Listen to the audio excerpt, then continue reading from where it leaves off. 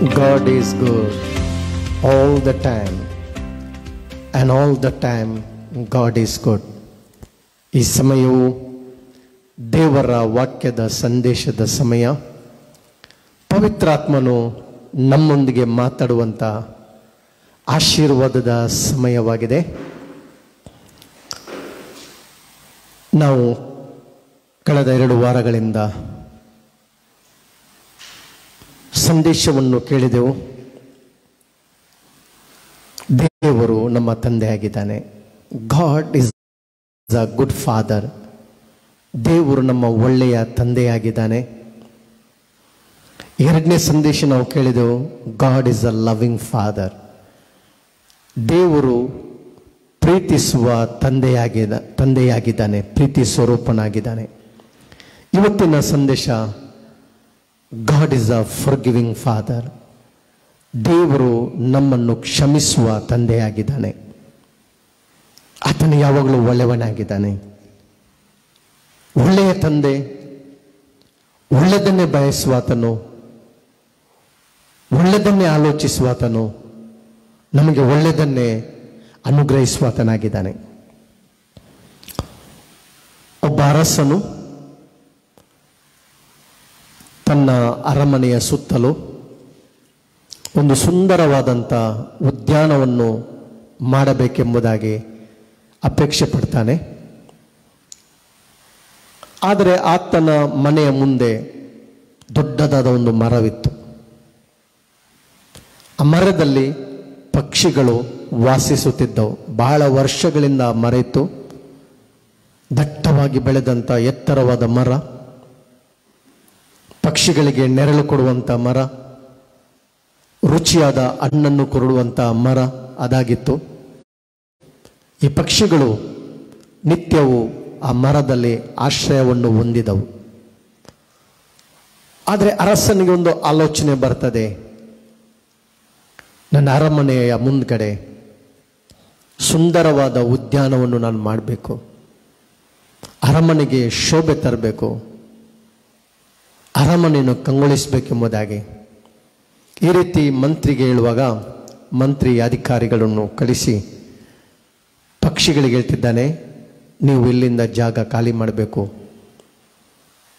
ಅರಸನ ಆಜ್ಞೆಯಾಗಿದೆ, ಈ ಮರವನ್ನು ಕಡಿದು ಇಲ್ಲಿ ಸುಂದರವಾದಂಥ ಒಂದು ಉದ್ಯಾನವನ್ನು ಸ್ಥಾಪಿಸ್ತೇವೆ ಎಂಬುದಾಗಿ. ಪಕ್ಷಿಗಳು ಹೇಳಿದ್ರು, ನಾವು ಇಲ್ಲಿಂದ ಹೋಗುವುದಿಲ್ಲ, ನಮ್ಮ ಉಸಿರಿರುವವರೆಗೆ ನಾವು ಇದೇ ಮರದಲ್ಲಿ ಇರ್ತೇವೆ ಎಂಬುದಾಗಿ ಅಧಿಕಾರಿಗಳು ಬಂದು ಮಂತ್ರಿಗೆ ತಿಳಿಸಿದಾಗ, ಮಂತ್ರಿ ಸ್ವತಃ ಬಂದು ರಿಕ್ವೆಸ್ಟ್ ಮಾಡ್ತಾನೆ, ನೀವು ಯಾಕೆ ಹೋಗೋದಿಲ್ಲ? ನಿಮ್ಗೆ ಇದಕ್ಕಿಂತ ಉತ್ತಮವಾದ ಸ್ಥಳವನ್ನು ನಾವು ಮಾಡಿಕೊಡ್ತೇವೆ, ಬೇರೆ ಕಡೆಯಲ್ಲಿ ಒಳ್ಳೆಯ ಮರದಲ್ಲಿ ನಿಮಗೆ ಆಶ್ರಯವನ್ನು ಒದಗಿಸಿಕೊಡ್ತೇವೆ, ಬೇಕಾದಂತೆಲ್ಲ ನಿಮಗೆ ವ್ಯವಸ್ಥೆಯನ್ನು, ರುಚಿಯಾದ ಹಣ್ಣುಗಳನ್ನು ನಾವು ನಿಮಗೆ ಕೊಡುತ್ತೇವೆ ಎಂಬುದಾಗಿ. ಅದಕ್ಕೂ ಒಪ್ಪಲಿಲ್ಲ ಈ ಪಕ್ಷಿಗಳು. ಇಲ್ಲ, ಇಷ್ಟು ದಿವಸ ನಮಗೆ ಜೀವಿಸಲು ಆಶ್ರಯ ಕೊಟ್ಟಂಥ ಮರ, ಆಹಾರ ಕೊಟ್ಟಂಥ ಮರ, ನಾವಿದನ್ನು ಮರೆಯಲು ಸಾಧ್ಯವಿಲ್ಲ. ಮಂತ್ರಿ ಹೋಗಿ ಅರಸನಿಗೆ ತಿಳಿಸ್ತಾನೆ. ಅರಸನು ಸ್ವತಃ ಬಂದು, ನೀವು ಇವತ್ತು ಈ ಸ್ಥಳವನ್ನು ಖಾಲಿ ಮಾಡದಿದ್ದರೆ ನಿಮ್ಮನ್ನು ನಾವು ಕೊಂದು ಹಾಕ್ತೇವೆ, ಮರವನ್ನು ಕಡಿತೇವೆ, ನಿಮ್ಮನ್ನು ಕೂಡ ಕೊಂದಾಕ್ತೇವೆ. ಪಕ್ಷಿಗಳು ಒಂದಾಗಿ ಸೇರಿಕೊಂಡು ಒಂದೇ ಸ್ವರದಿಂದ ಅರಸನಿಗೆ ಈ ರೀತಿಯಾಗಿ ಉತ್ತರವನ್ನು ಕೊಡುತ್ತವೆ, ಅರಸನೇ, ನಾವು ಸತ್ರೂ ಪರವಾಗಿಲ್ಲ, ನಾವಿಲ್ಲಿಂದ ಹೋಗುವುದಿಲ್ಲ. ನಮಗೆ ಎಷ್ಟು ಒಳ್ಳೆಯ ಸ್ಥಳವನ್ನು ನೀನು ಕೊಟ್ಟರೂ ಕೂಡ, ಒಳ್ಳೆಯ ವ್ಯವಸ್ಥೆಯನ್ನು ಮಾಡಿಕೊಟ್ಟರೂ ಕೂಡ ನಾವು ಈ ಸ್ಥಳದಿಂದ ಹೋಗಲಾರೆವು. ಯಾಕೆಂದರೆ ಈ ಮರವು ಇಷ್ಟು ವರ್ಷದಿಂದ ನಮಗೆ ಆಶ್ರಯ ಕೊಟ್ಟಿದೆ. ನಾವು ಈ ಮರದ ನೆರಳಿನಲ್ಲಿ ತಂಗಿದೆವು, ಆಶ್ರಯ ಹೊಂದಿದೆವು, ವಿಶ್ರಾಂತಿಯನ್ನು ಹೊಂದಿದೆವು, ಒಳ್ಳೆಯ ಹಣ್ಣನ್ನು ನಾವು ತಿಂದೆವು. ಆದ್ದರಿಂದ ನಾವು ಮರ ಮಾಡಿದಂಥ ಉಪಕಾರವನ್ನು ಮರೆಯುವುದಿಲ್ಲ. ಮರಕ್ಕೆ ನಾವು ಎಂದಿಗೂ ದ್ರೋಹ ಮಾಡುವುದಿಲ್ಲ. ಒಂದು ವೇಳೆ ಅದು ಮರ ಸಾಯುವುದಾದರೆ ನಾವು ಕೂಡ ಅದರ ಜೊತೆಗೆ ನಾವು ಸಾಯ್ತೇವೆ. ಅರಸನಿಗೆ ಬಹಳ ಆಶ್ಚರ್ಯ ಆಗ್ತದೆ.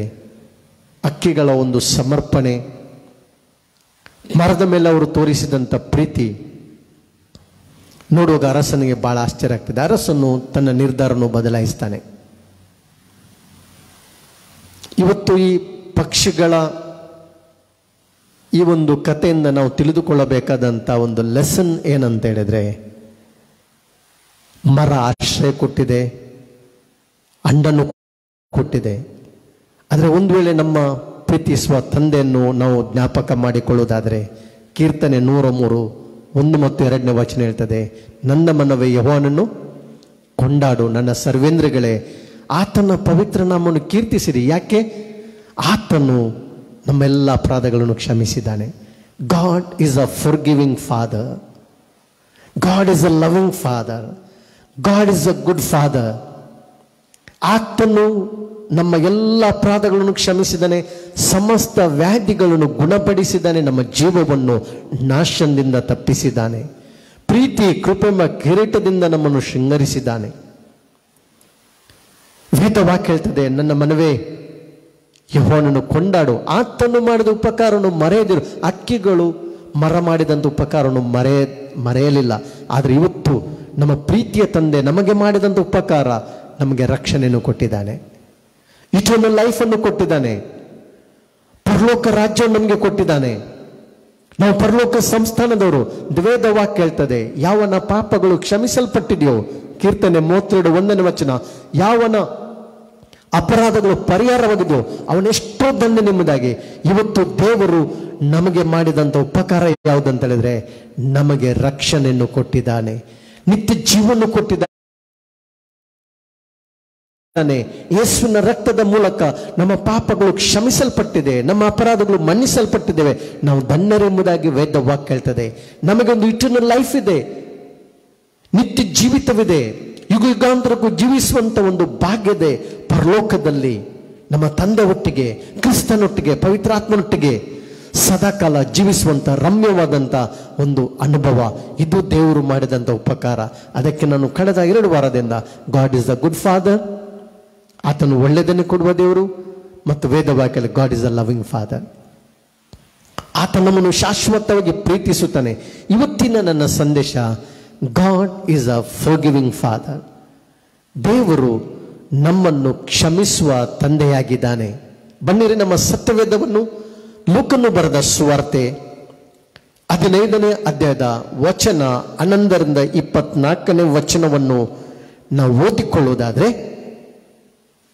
ಇಲ್ಲಿ ದೇವರ ಪ್ರೀತಿ, ತಂದೆಯ ಪ್ರೀತಿ, ತಂದೆಯ ಅದ್ಭುತವಾದಂಥ ಕ್ಷಮಾಪಣೆಯನ್ನು, ಸುಂದರವಾದ ಚಿತ್ರಣವನ್ನು ನಾವು ನೋಡುವವರಾಗಿದ್ದೇವೆ. ಕರ್ತನ ಪ್ರೀತಿಯನ್ನು ಈ ಒಂದು ಪ್ಯಾಸೇಜ್ನಲ್ಲಿ, ಸಾಮ್ಯದಲ್ಲಿ ನಾವು ಅನುಭವಿಸುವವರಾಗಿದ್ದೇವೆ. ನಮ್ಮ ತಂದೆ ಎಷ್ಟು ಒಳ್ಳೆಯವನು,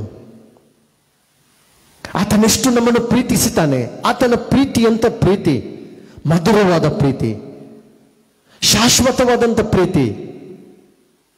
ಆತನು ಎಷ್ಟು ಒಳ್ಳೆಯವನೆಂಬುದಾಗಿ ಅನುಭವ ನಮಗೆ ಆಗ್ತದೆ. 11ನೇ ವಚನ ಇರ್ತದೆ, ಆತನು ಹೇಳಿದ್ದೇನೆಂದರೆ, ಒಬ್ಬನೊಬ್ಬ ಮನುಷ್ಯನಿಗೆ 2 ಮಕ್ಕಳಿದ್ದರು. ಅವರಲ್ಲಿ ಕಿರಿಯವನು ತಂದೆಗೆ, ಅಪ್ಪ, ಆಸ್ತಿಯಲ್ಲಿ ನನಗೆ ಬರಬೇಕಾದ ಪಾಲನ್ನು ಕೊಡೆಂದು ಕೇಳಿಕೊಳ್ಳಲು ತಂದೆಯು ಬದುಕನ್ನು ಅವರಿಗೆ ಹಂಚಿಕೊಟ್ಟನು. Luke chapter 15 verse 11 says, there was a man who had 2 sons. The youngest said to his father, Father, give me my share of the estate. So father divided his property. 2 ಮಕ್ಕಳಿದ್ದಾರೆ ತಂದೆಗೆ. ಕಿರಿಯವನು ಹೇಳ್ತಿದ್ದಾನೆ, ತಂದೆ ನನಗೆ ಬರತಕ್ಕ ಪಾಲನ್ನು ನನಗೆ ಹಂಚಿಕೊಡು ಎಂಬುದಾಗಿ. ತಂದೆಯು ತನ್ನ ಆಸ್ತಿಯನ್ನು ಹಂಚಿಕೊಡ್ತಾನೆ. ಮುಂದೆ ಈ ಪ್ಯಾಸೇಜ್ ಈ ರೀತಿ ಹೇಳ್ತದೆ, ಆಸ್ತಿಯ ಪಾಲನ್ನು ತೆಗೆದುಕೊಂಡು ಮಗನು ಮನೆ ಬಿಟ್ಟು ಹೋಗ್ತಿದ್ದಾನೆ. ಎಂಥ ಒಂದು ದುಃಖ. ತಂದೆಯ ಮನೆಯಲ್ಲಿ ನಾವು ನೋಡ್ತಿದ್ದೇವೆ, ಸಂತೋಷ ಇತ್ತು, ಸಮಾಧಾನ ಇತ್ತು, ಆನಂದ ಇತ್ತು, ತೃಪ್ತಿ ಇತ್ತು, ಸಂತೃಪ್ತಿ ಜೀವನ ಇತ್ತು. ಏನು ಕೊರತೆ ಇರಲಿಲ್ಲ, ಯಾವುದಕ್ಕೂ ಕೊರತೆ ಇರಲಿಲ್ಲ. ತಂದೆಯ ಮನೆಯಲ್ಲಿ ಸುಖವಾಗಿದ್ದ. ತದನಂತರ ಆತನು ಈ ರೀತಿಗೆ ಹೇಳ್ತಿದ್ದಾನೆ, ಆತನಿಗೆ ಬುದ್ಧಿ ಬಂದ ತರುವಾಯ ತಂದೆ ಮನೆಯನ್ನು ಬಿಟ್ಟು ಹೋಗ್ತಿದ್ದಾನೆ. ಜೀವನದಲ್ಲಿ ಶ್ರೇಷ್ಠವಾದ ಒಂದು ನಿರ್ಧಾರ ಯಾವುದಂದ್ರೆ ಕರ್ತನೊಂದಿಗೆ ಜೀವಿಸುವಂತ ಅನುಭವ. ಆಮೇಲೆ ಅದಕ್ಕೆ ಪೌಲ್ ಹೇಳ್ತೇನೆ, ನಾನು ಕ್ರಿಸ್ತನಲ್ಲಿ ಇದ್ದೇನೆ, ಕ್ರಿಸ್ತನಲ್ಲಿ ಜೀವಿಸ್ತೇನೆ, ಕ್ರಿಸ್ತನಲ್ಲಿ ಚಲಿಸುತ್ತೇನೆ. ಮಾನವ ಕುಲಕ್ಕೆ ದೇವರು ಕೊಟ್ಟಂತ ದೊಡ್ಡ ಆಶೀರ್ವಾದ ಕ್ರಿಸ್ತನು, ವರ್ಣಿಸಲು ಅಸಾಧ್ಯವಾದ ವರ ಯೇಸು ಕ್ರಿಸ್ತನು.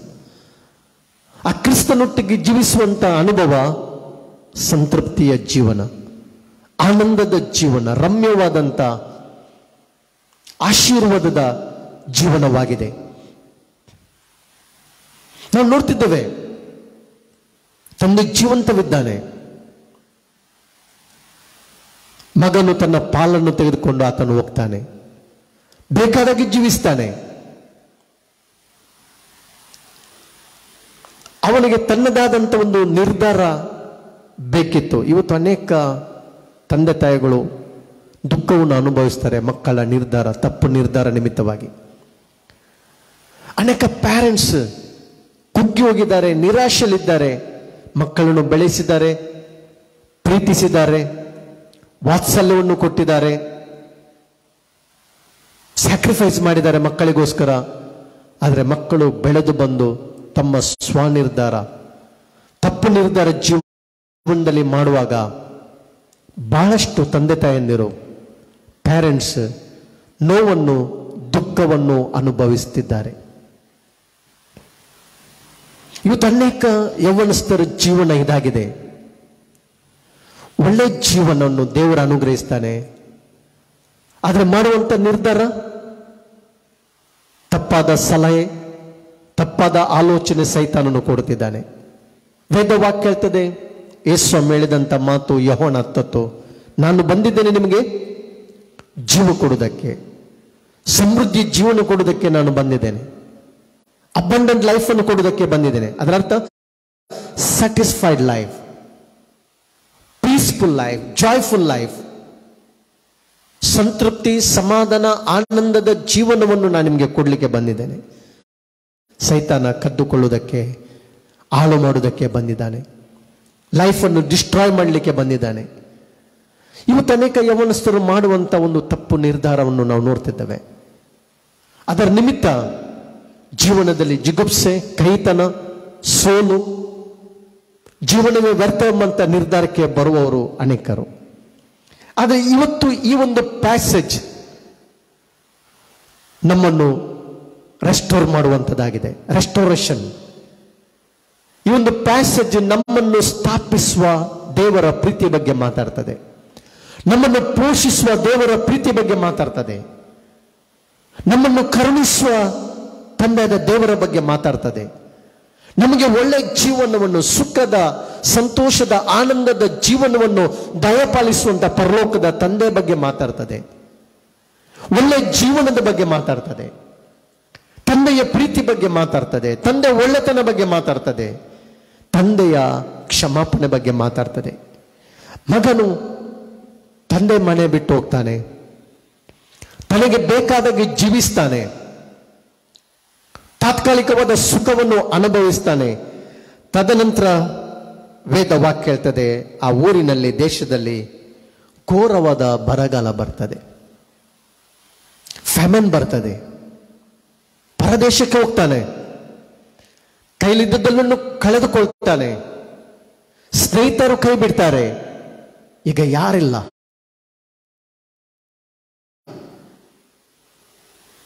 ಇಂಥ ಒಂದು ದುಃಖ, ವೇದನೆ, ಜೊತೆಯಲ್ಲಿದ್ದವರಿಲ್ಲ. ಇಂಥ ಒಂದು ಪರಿಸ್ಥಿತಿಯಲ್ಲಿ 13ನೇ ವಚನ 14ನೇ ವಚನ ನೋಡುವಾಗ, ಹೀಗೆ ಅವನು ಎಲ್ಲ ಹಾಳು ಮಾಡಿಕೊಂಡು ಆಮೇಲೆ ದೇಶದಲ್ಲೆಲ್ಲ ಘೋರವಾದ ಬರ ಬಂದು ಏನು ಗತ್ತಿಲ್ಲದವನಾದನು.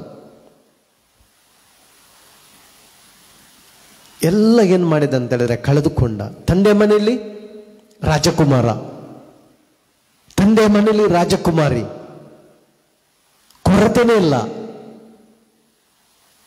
ಸಂತೃಪ್ತಿ, ವೈಭವ, ಒಳ್ಳೆ ಊಟ,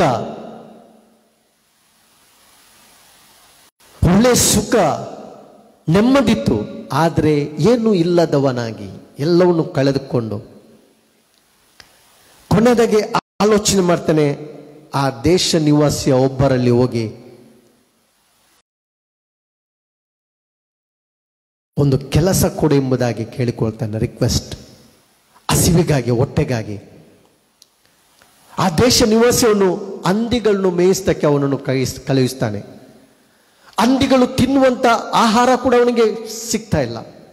ಅದನ್ನು ತಿಂದಾದ್ರೂ ಕೂಡ ನನ್ನ ಹೊಟ್ಟೆ ಹಸಿವನ್ನು ನೀಗಿಸ್ತಾನೆ ಎಂಬುದಾಗಿ ಆಲೋಚನೆ ಮಾಡಿದ್ರೂ ಕೂಡ ವೇದವಾಕ್ಯ ಹೇಳ್ತದೆ, 16ನೇ ವಚನ, ಆ ಮನುಷ್ಯನು ಹಂದಿಗಳನ್ನು ಮೇಯಿಸುವುದಕ್ಕೆ ಅವನನ್ನು ತನ್ನ ಹೊಲಗಳಿಗೆ ಕಳುಹಿಸಿದನು. ಹೀಗಿರಲಾಗಿ ಅವನು ಹಂದಿ ತಿನ್ನುತ್ತಿದ್ದ ಕಾಯಿಗಳನ್ನಾದರೂ ತಿಂದು ಹಸಿವನ್ನು ತೀರಿಸಿಕೊಳ್ಳಬೇಕೆಂದು ಆಸೆ ಪಡ್ತಾನು. ಊಟಕ್ಕೆ ಆಸೆ ಪಟ್ಟ. ಯಾವ ಊಟಕ್ಕೆ? ತಂದೆ ಮನೆಯಲ್ಲಿ ಕೊಬ್ಬಿದ ಮಾಂಸದ ಊಟ ಇತ್ತು. ಆಸೆ ಪಟ್ಟ. ಹಂದಿಯ ಆಹಾರ ಎಷ್ಟು ಕೀಳುಮಟ್ಟಕ್ಕೆ ಬಂದಿದ್ದ ನೋಡಿ. ಆದ್ರೆ ಇಲ್ಲಿ ನಾವು ನೋಡ್ತಿದ್ದೇವೆ, ಆಸೆ ಪಟ್ಟರು ಕೂಡ ಯಾರು ಅವನಿಗೆ ಕೊಡಲಿಲ್ಲ. ಆಗ ಅವನಿಗೆ ಬುದ್ಧಿ ಬಂದು ಅವನು ತನ್ನ ತಂದೆ ಬಳಿಯಲ್ಲಿ ಎಷ್ಟೋ ಮಂದಿ ಕೂಲಿಯಾಳುಗಳಿಗೆ ಬೇಕಾದಷ್ಟು ಆಹಾರ ಇದೆ.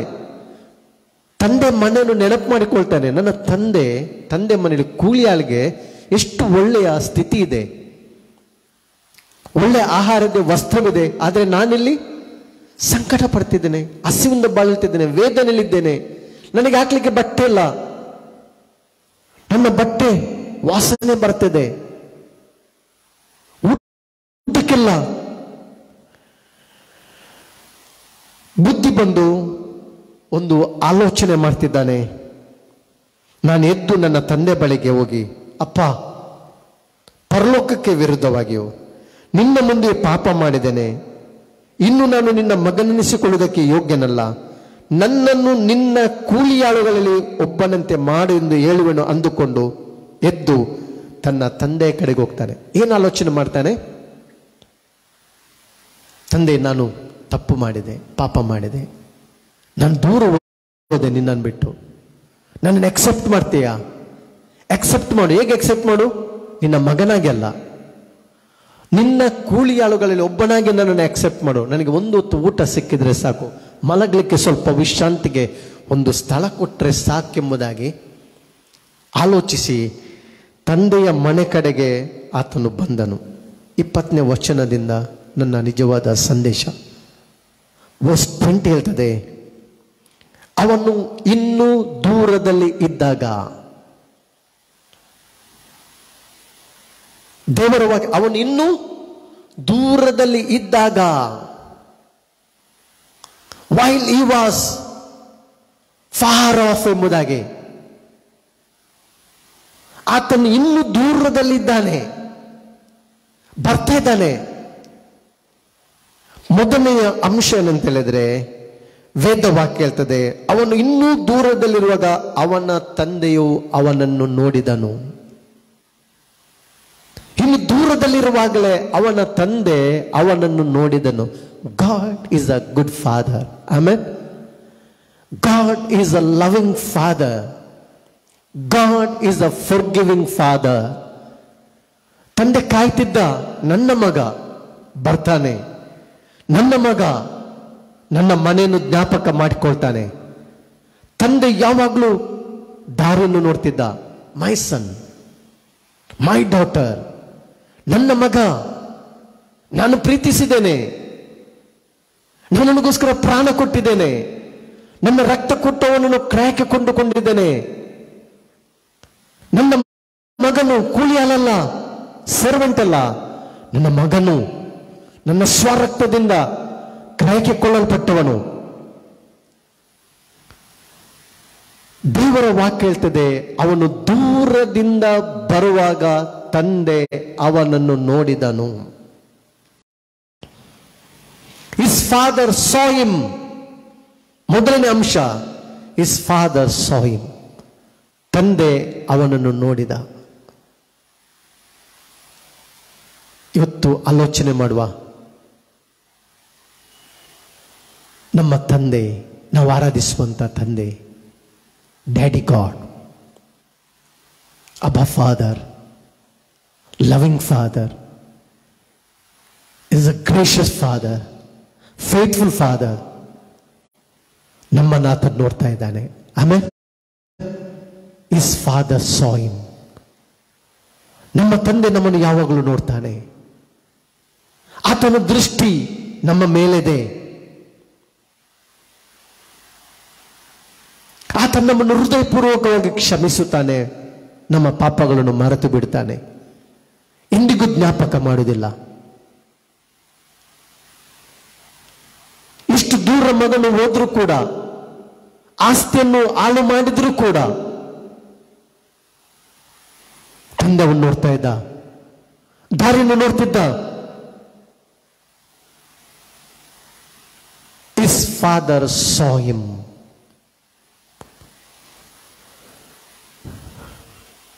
ಇವತ್ತು ನಮಗೆ ಒಂದು ಶುಭ ವಾರ್ತೆ ಏನಂತ ಹೇಳಿದ್ರೆ, ಗುಡ್ ನ್ಯೂಸ್ ಏನಂತ ಹೇಳಿದ್ರೆ, ನಮ್ಮನ್ನು ನೋಡೊಬ್ಬ ತಂದೆ ಇದ್ದಾನೆ.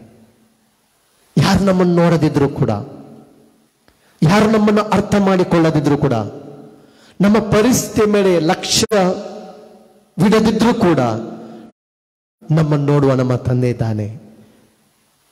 His father saw him. ಆತ ನಮ್ಮನ್ನು ಯಾವಾಗಲೂ ನೋಡ್ತಾನೆ. ನಮ್ಮ ಪರಿಸ್ಥಿತಿಯನ್ನು ನೋಡ್ತಾನೆ, ನಮ್ಮ ಸ್ಥಿತಿಯನ್ನು ನೋಡ್ತಾನೆ, ನಮ್ಮ ದುಃಖವನ್ನು ನೋಡ್ತಾನೆ, ನಮ್ಮ ಕಷ್ಟವನ್ನು ನೋಡ್ತಾನೆ. ಯಾಕೆಂದ್ರೆ ಆತ ನಮ್ಮ ತಂದೆ ಆಗಿದ್ದಾನೆ. He is our loving father and we are his children. ನಾವು ಆತನ ಮಕ್ಕಳಾಗಿದ್ದೇವೆ. ಆತ ನಮ್ಮ ತಂದೆ ಆಗಿದ್ದಾನೆ. ಆತನ ಪ್ರೀತಿ ಶ್ರೇಷ್ಠವಾದದ್ದು, ಶಾಶ್ವತವಾದ ಪ್ರೀತಿ. ವೇದವಾಕ್ಯ ಹೇಳ್ತದೆ, ನಾನು ನಿನ್ನನ್ನು ಪ್ರೀತಿಸಿರುವುದು ಶಾಶ್ವತವಾದ ಪ್ರೀತಿಯಿಂದ. ಆತನೆಂದಿಗೂ ಮರೆಯುವುದಿಲ್ಲ. ಈ ಮಗನೆಷ್ಟು ತಂದೆಗೆ ನೋವು ಮಾಡಿಕೊಂಡು, ಹಣವನ್ನು ವ್ಯರ್ಥ ಮಾಡಿಕೊಂಡು, ಎಲ್ಲವನ್ನು ಕಳೆದು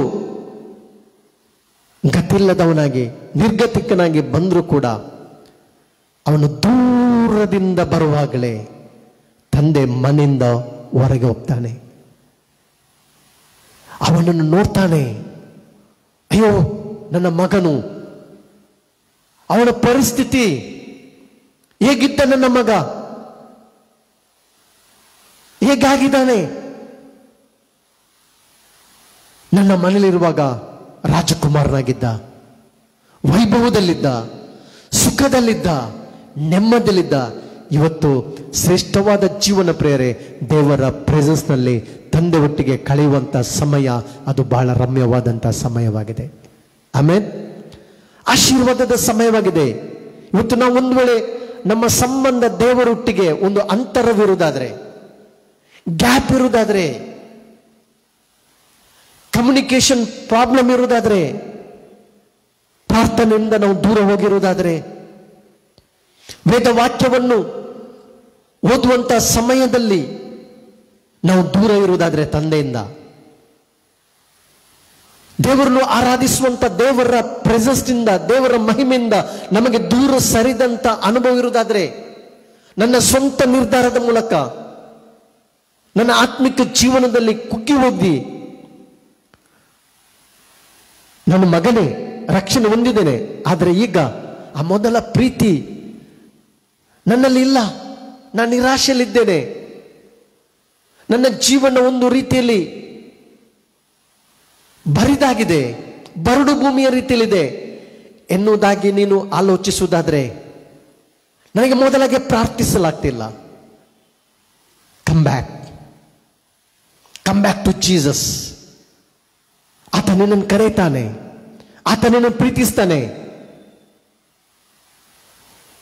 ಆತನ ಪ್ರೀತಿ ಶಾಶ್ವತವಾದದು, ಆತನ ಕೃಪೆಯು ಶಾಶ್ವತ. ಆತನು ಎಂದಿಗೂ ನಿನ್ನನ್ನು ಮರೆಯುವುದಿಲ್ಲ. ಆತನು ಎಂದಿಗೂ ನಿನ್ನನ್ನು ತೊರೆಯುವುದಿಲ್ಲ. ಆತನು ಬಯಸ್ತಾನೆ ನೀನು ಆತನೊಟ್ಟಿಗೆ ಇರಬೇಕೆಂಬುದಾಗಿ, ಆತನೊಟ್ಟಿಗೆ ಮಾತಾಡಬೇಕೆಂಬುದಾಗಿ ಆತನು ಆಶಿಸ್ತಾನೆ. ಶಿಷ್ಯರಿಗೆ ಸ್ವಾಮಿ ಕೇಳಿದ, 1 ತಾಸು ನನ್ನ ಜೊತೆಗೆ ಸಮಯ ಕಳೆದಕ್ಕೆ ನಿಮಗೆ ಆಗುವುದಿಲ್ಲವೇ? God is a good father. God is a loving father. God is a forgiving father.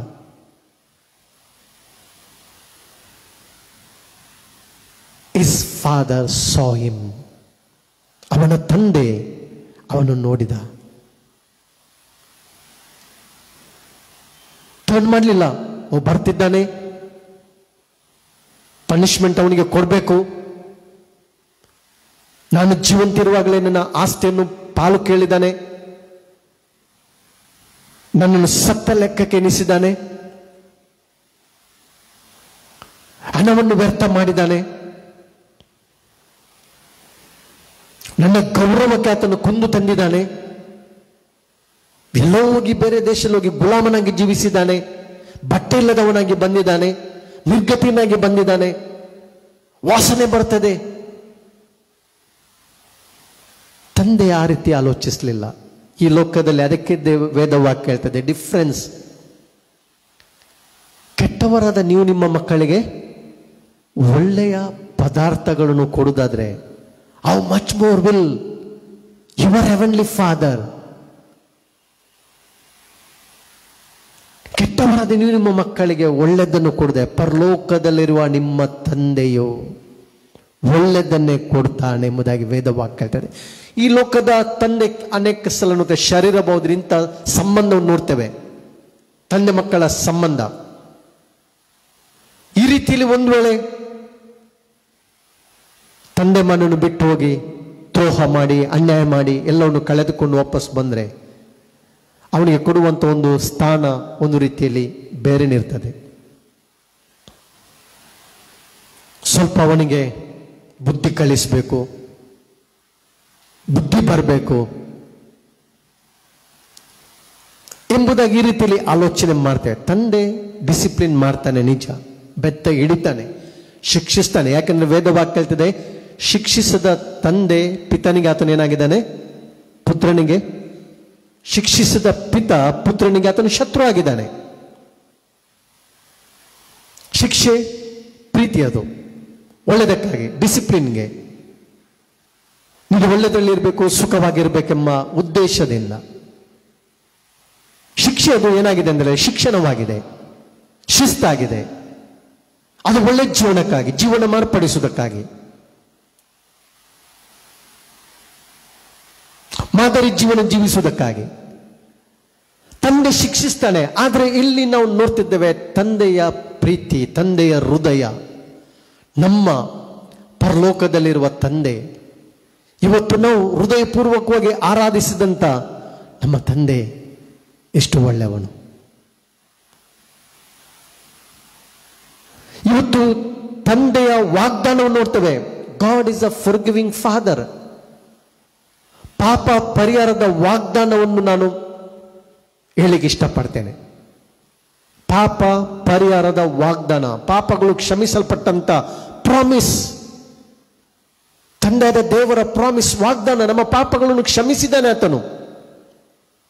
ಈ ಒಂದು ಚಿತ್ರಣ ರೆಸ್ಟೋರೇಷನ್ ಬಗ್ಗೆ ನೋಡ್ತೇವೆ, ಸ್ಥಾಪಿಸಲ್ಪಟ್ಟದನ್ನು ನೋಡ್ತಿದ್ದೇವೆ. ದೇವರು ನಮ್ಮನ್ನು ಕೆಸರಿನಿಂದ, ಪಾಪ ಎಂಬ ಕೆಸರನ್ನ ಮೇಲೆ ಕೆತ್ತಿ ಕ್ರಿಸ್ತನೆಂಬ ಬಂಡೆ ಮೇಲೆ ನಮ್ಮನ್ನು ಸ್ಥಿರವಾಗಿ ನಿಲ್ಲಿಸಿದ್ದಾನೆ, ನಮ್ಮನ್ನು ಸ್ಥಾಪಿಸಿದ್ದಾನೆ. ಆಮೇಲೆ ನಾವು ಕತ್ತಲೆಯಲ್ಲಿದ್ದೆವು, ಕ್ರಿಸ್ತನು ನಮ್ಮನ್ನು ಕತ್ತಲೆಯಿಂದ ಬಿಡಿಸಿ ಆತನ ಬೆಳಕಿನ ರಾಜ್ಯದಲ್ಲಿ ಸೇರಿಸಿದ್ದಾನೆ. ಆತನ ಗುಣಾತಿಶಯಗಳನ್ನು ಪ್ರಚಾರಪಡಿಸುವಂತೆ ನಮ್ಮನ್ನು ಮಕ್ಕಳಾಗಿ ಸ್ವೀಕರಿಸಿದ್ದಾನೆ. ಇವತ್ತು ನಾವು ಆರಾಧಿಸುವಂತ ದೇವರು ನಮ್ಮ ತಂದೆಯಾಗಿದ್ದಾನೆ. ಆದ್ರಿಂದ ದೇವರ ವಾಕ್ಯ ನಾವು ಅಪ್ಪ ತಂದೆ ಎಂಬುದಾಗಿ ಆತನನ್ನು ಕರೆಯುತ್ತೇವೆ. His father saw him.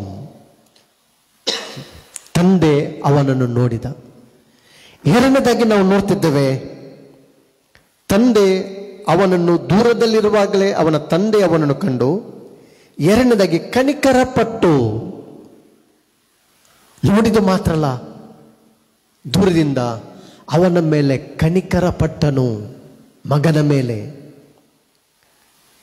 His father had compassion on him.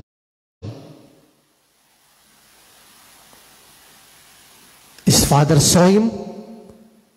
His father had compassion on him. ದೇವರ ವಾಕ್ಯ ಹೇಳ್ತದೆ, ಆತನು ಕನಿಕರ ಪಟ್ಟ. ಅಯ್ಯೋ, ನನ್ನ ಮಗ ಬರ್ತಿದ್ದಾನೆ, ಎಂಥ ಸ್ಥಿತಿಲಿ ಇದ್ದಾನೆ ನನ್ನ ಮಗ. ನಮ್ಮ ತಂದೆ ಆತನು ಕನಿಕರಿಸುವ ತಂದೆ ಆಗಿದ್ದಾನೆ, ಕನಿಕರವುಳ್ಳ ತಂದೆ ಆಗಿದ್ದಾನೆ, ಕರುಣಾ ಸಾಗರನಾಗಿದ್ದಾನೆ. ಆತ ನಮ್ಮ ಮೇಲೆ ಕರುಣೆಯನ್ನು ತೋರಿಸ್ತಾನೆ. ಆಲಯಕ್ಕೆ ನಾವು ನೋಡ್ತೇವೆ, ಇಬ್ಬರೋಗಿ ಪ್ರಾರ್ಥನೆ ಮಾಡಿದ್ರು. ಒಬ್ಬನು ಈ ರೀತಿಯಾಗಿ ಪ್ರಾರ್ಥನೆ ಮಾಡಿದ, ನನ್ನ ಮೇಲೆ ಕರುಣೆ ತೋರಿಸು ಎಂಬುದಾಗಿ. ದೇವರ ಕರುಣೆ. ನಾವು ತಂದೆಯನ್ನು ನೆನಪು ಮಾಡಿಕೊಳ್ಳುವಾಗ ಕರುಣೆಯನ್ನು ಎಕ್ಸ್ಪೀರಿಯನ್ಸ್ ಮಾಡ್ತೇವೆ. ದಾವೀದ ಹೇಳಿದಂತೆ, ನನ್ನ ಮನವೇ ಯೆಹೋವನನ್ನು ಕೊಂಡಾಡು, ನನ್ನ ಸರ್ವೇಂದ್ರಿಯಗಳೇ ಆತನ ಪವಿತ್ರ ನಾಮವನ್ನು ಕೀರ್ತಿಸಿರಿ, ಆತನು ಮಾಡಿದ ಉಪಕಾರವನ್ನೊಂದನ್ನು ಮರೆಯದಿರು. ತಂದೆಯನ್ನು ನಾವು ಜ್ಞಾಪಕ ಮಾಡಿಕೊಂಡು ಆತನಿಗೆ ಕೃತಜ್ಞತೆಯನ್ನು ಸಲ್ಲಿಸುವಾಗ, ತಂದೆಯ ಪ್ರೀತಿಗೆ ಕೃತಜ್ಞತೆಯನ್ನು ಸಲ್ಲಿಸುವಾಗ, ಆತನ ಕೃಪೆಗೆ ಕೃತಜ್ಞತೆಯನ್ನು ಸಲ್ಲಿಸುವಾಗ, ತಂದೆ ನೀನೆಷ್ಟು ಒಳ್ಳೆಯನೆಂಬುದಾಗಿ ಆತನ್ನು ಆರಾಧಿಸಿ ಮಹಿಮೆ ಪಡಿಸುವಾಗ, ಆತನ ಅದ್ಭುತವಾದ ಪ್ರೀತಿ, ಆತನ ಕನಿಕರ, ಆತನ ಕೃಪೆ, ಆತನ ಕರುಣೆಯನ್ನು ನಾವು ಅನುಭವಿಸ್ತೇವೆ. God is merciful. ದೇವನು ಕರುಣಾಮಯನಾಗಿದ್ದಾನೆ. ಅದಕ್ಕೆ ದಾವೀದ ಪ್ರಾರ್ಥನೆ ಮಾಡ್ತಾನೆ, ಪಾಪದಲ್ಲಿ ಬಿದ್ದಾಗ್ಲೂ ಕೂಡ. ಕೀರ್ತನೆ 51ರಲ್ಲಿ ದೇವರು ಹೇಳ್ತಾನೆ, ಕರುಣಾನಿಧಿಯೇ ನನ್ನನ್ನು ಕರುಣಿಸು, ನನ್ನ ಪಾಪವನ್ನು ಕ್ಷಮಿಸು. ದೇವರು ಕ್ಷಮಿಸುವ ತಂದೆ ಆಗಿದ್ದಾನೆ. God is a forgiving father.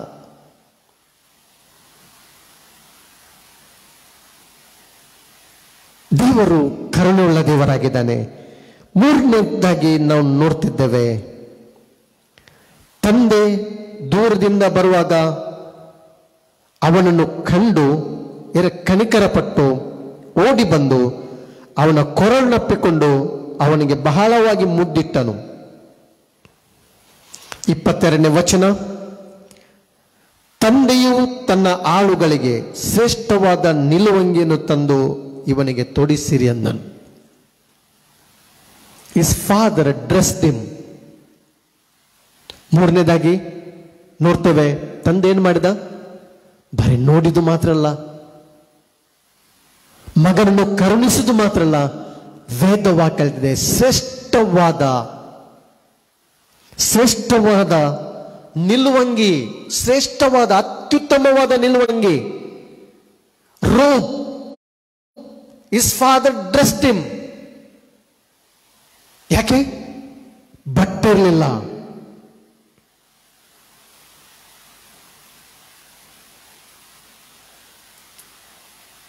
ನಾವು ಸತ್ಯವೇದದಲ್ಲಿ ನೋಡುವುದಾದರೆ,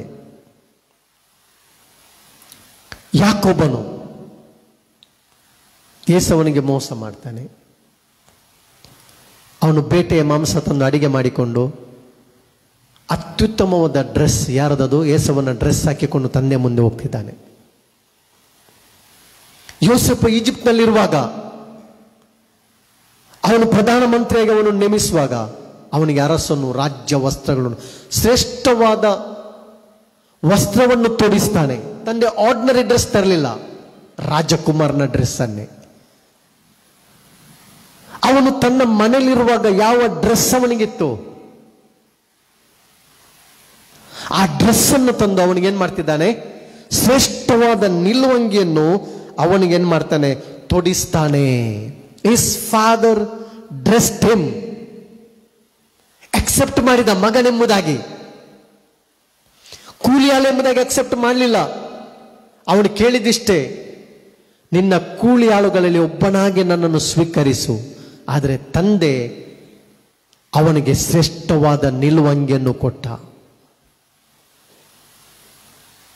ಅವನನ್ನು ಕವರ್ ಮಾಡಿದ, ಅವನ ಪಾಪಗಳನ್ನೆಲ್ಲ ಕವರ್ ಮಾಡಿದ, ಮುಚ್ಚಿಟ್ಟ.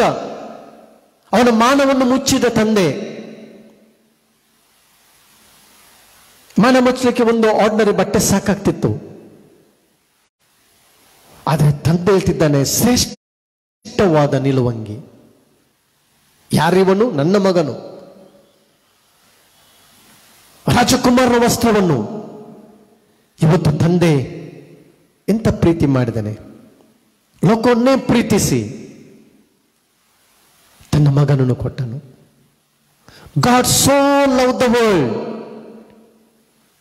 and he gave his only one begotten son. ತನ್ನೊಬ್ಬನೇ ಮಗನನ್ನು. ಇವತ್ತು ನಾವು ಕೂಡ ಇಂಥ ಸ್ಥಿತಿಯಲ್ಲಿರುವಾಗ, ಪಾಪ ಮಾಡಿದಾಗ, ಪಾಪದಲ್ಲಿ ಜೀವಿಸುವಾಗ ದೇವರು ನಮ್ಮನ್ನು ನೋಡಿದು ಮಾತ್ರವಲ್ಲ, ನಮ್ಮ ಮೇಲೆ ಕನಿಕರ ತೋರಿಸಿದು ಮಾತ್ರ ಅಲ್ಲ, ಆತನು ತನ್ನ ವಸ್ತ್ರವನ್ನು ನಮಗೆ ತೊಡಿಸಿದ. ತಂದೆಯ ವಸ್ತ್ರ, ರಕ್ಷಣೆಯ ವಸ್ತ್ರವನ್ನು ನಮಗೆ ಆತನು ಕೊಟ್ಟಿದ್ದಾನೆ. ಇವತ್ತು ರಕ್ಷಿಸಲ್ಪಟ್ಟಿದ್ದೇವೆ. ಇವತ್ತು ಈ ಲೋಕದಲ್ಲಿ ನಾವು ಆತನ ಮಕ್ಕಳಾಗಿದ್ದೇವೆ. ನಮ್ಮ ಐಡೆಂಟಿಟಿ ಏನಂತ ಹೇಳಿದ್ರೆ ನಾವು ಆತನ ಮಕ್ಕಳಾಗಿದ್ದೇವೆ. ನಮ್ಮ ವಸ್ತ್ರ ರಕ್ಷಣೆಯ ವಸ್ತ್ರ. ನಮ್ಮ ಪಾಪಗಳು ಕ್ಷಮಿಸಲ್ಪಟ್ಟಿದೆ, ನಮ್ಮ ಅಪರಾಧಗಳು ಮನ್ನಿಸಲ್ಪಟ್ಟಿದೆ. ರಕ್ಷಣೆಯ ವಸ್ತ್ರವನ್ನು ಆತನು ನಮಗೆ ಕೊಟ್ಟಿದ್ದಾನೆ. ಮಗನ ಪಾಪಗಳನ್ನು ಸಂಪೂರ್ಣವಾಗಿ ಕಂಪ್ಲೀಟ್ ಕ್ಷಮಿಸಿ ಅವನು ರೆಸ್ಟೋರ್ ಮಾಡಿದ. ಇವತ್ತು ನಮ್ಮನ್ನು ದೇವರು ಸ್ಥಾಪಿಸಿದ್ದಾನೆ, ನಮ್ಮ ಪಾಪಗಳನ್ನು ಕ್ಷಮಿಸಿದ್ದಾನೆ. ಇದು ಸುಂದರವಾದ ಪಾಪ ಕ್ಷಮಾಪಣೆಯ ಚಿತ್ರಣವಾಗಿದೆ. God is a forgiving father. Good news. ಹೇಗೆ ನಮ್ಮ ಪಾಪಗಳನ್ನು ಕ್ಷಮಿಸ್ತಾನೆ? ಪಾಪ ಪರಿಹಾರದ ವಾಗ್ದಾನ ನೋಡಿದಾದ್ರೆ 1 Peter chapter 2:24 ಹೇಳ್ತದೆ. 1 ಪೇತ್ರ 2:24 ದೇವರ ವಾಕ್ಯ ಹೇಳ್ತದೆ. 1 ಪೇತ್ರ 2:24 ವಚನ ಹೇಳ್ತದೆ, ನಾವು ಪಾಪದ ಪಾಲಿಗೆ ಸತ್ತು ನೀತಿವಂತರಾಗಿ ಜೀವಿಸುವಂತೆ ಆತನು ನಮ್ಮ ಪಾಪಗಳನ್ನು ತಾನೇ ತನ್ನ ದೇಹದಲ್ಲಿ ಹೊತ್ತುಕೊಂಡು ಮರಣದ ಕಂಬವನ್ನು ಏರಿದನು. ನೀತಿವಂತರಾಗಿ ನಾವು ಜೀವಿಸುವಂತೆ ನಮಗೆ ಲೈಟ್ ಕೊಡುವುದಕ್ಕಾಗಿ, ನಮಗೆ ಬದುಕು ಕೊಡುವುದಕ್ಕಾಗಿ ಸತ್ತವಂತಿದ್ದೇವೆ ನಾವು. ತಂದೆ ಹೇಳ್ತಿದ್ದಾನೆ, ಹಬ್ಬ ಮಾಡೋಣ, ಉಲ್ಲಾಸ ಪಡೋಣ. ಈ ಮಗ ಸತ್ತಿದ್ದ, ಬದುಕಿದ್ದಾನೆ. ಆದ್ದರಿಂದ ನಾವೇನ್ ಮಾಡುವ? ಸಂಭ್ರಮಿಸೋಣ, ಉಲ್ಲಾಸ ಪಡೋಣ, ಆಚರಿಸೋಣ. ಇವತ್ತು ವೇದ ವಾಕ್ಯ ಹೇಳ್ತದೆ, ನಾವು ನೀತಿವಂತರಾಗಿ ಜೀವಿಸುವಂತೆ ಆತನು ನಮ್ಮ ಪಾಪಗಳನ್ನು ತಾನೇ ತನ್ನ ದೇಹದಲ್ಲಿ ಹೊತ್ತುಕೊಂಡು ಮರಣದ ಕಂಬವನ್ನು ಏರಿದನು. ಯೇಸು ನಿನ್ನ ರಕ್ಷಣೆಗೋಸ್ಕರ, ಈ ರಕ್ಷಣೆ ವಸ್ತ್ರಗೋಸ್ಕರ, ಈ ಶ್ರೇಷ್ಠವಾದ ನಿಲುವಂಗಿ ಮಗನಿಗೆ ತಂದೆ ಕೊಡಬೇಕಾದ್ರೆ ಯೇಸು ಪ್ರೈಸ್ ಪೇ ಮಾಡಿದ್ದಾನೆ. ಯೇಸು ನಿನ್ನ ಎಲ್ಲ ಪಾಪಗಳನ್ನು ತನ್ನ ದೇಹದ ಮೇಲೆ ಹೊತ್ತುಕೊಂಡು ಆತನು ಶಿಲುಬೆಯಲ್ಲಿ ಮರಣದ ಕಂಬವನ್ನು ಏರಿದ್ದಾನೆ. ಇದು ಕಂಪ್ಲೀಟ್ ಸಾಲ್ವೇಷನ್. ಇವತ್ತು ನಿನಗೆ ರಕ್ಷಣೆ ವಸ್ತ್ರವನ್ನು ಆತನು ತೊಡಿಸಿದ್ದಾನೆ. ನನ್ನ ವಸ್ತ್ರ ಏನು?